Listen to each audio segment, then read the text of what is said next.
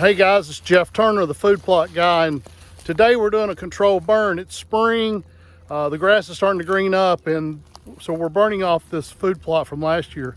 This was a 5-acre cornfield that we left standing all year, and we just bush hogged it in. So still a lot of corn in here, and we decided we'd do a controlled burn today.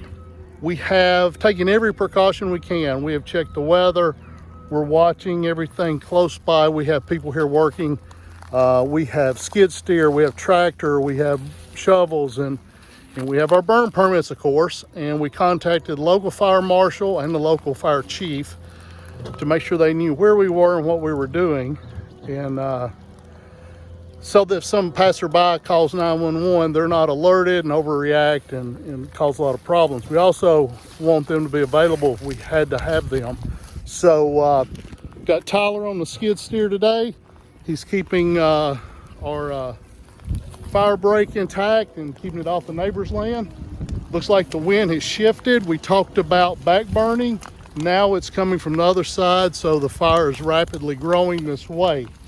We have a fire break uphill, and it's kind of normal on a hill like this, little slope to this area, so you never know which way the wind's going to cut and burn.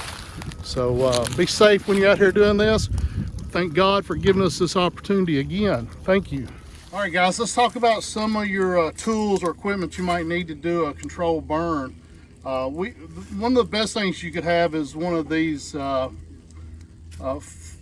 stompers. I don't know what you call it, but it's a piece of rubber on a stick, fiberglass stick. That's a really nice one. It's got a lifetime warranty.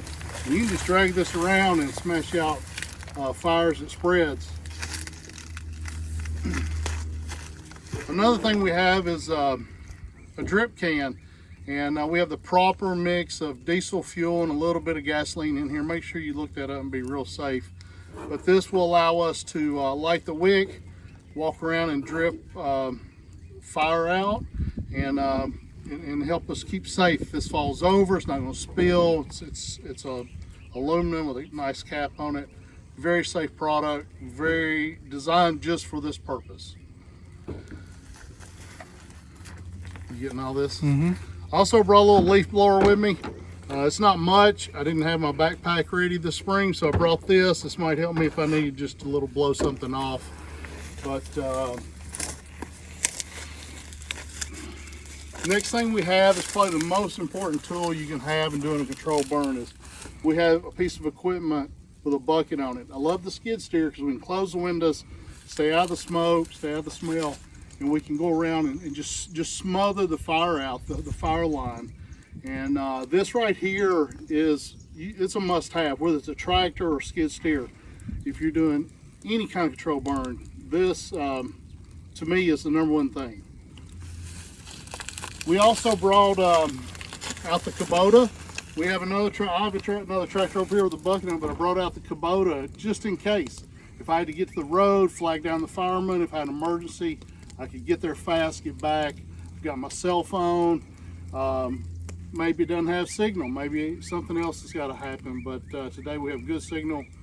And so we love our Kubota. We love being able to get around. I've drove around with the drip can, started the fire, brought my mat. Tyler's run the skid steer, been watching the fence rows. And right now we're in the easy phase. We're just letting it back burn up the hill to this fire break we're at, and keep it off of other neighbors' property.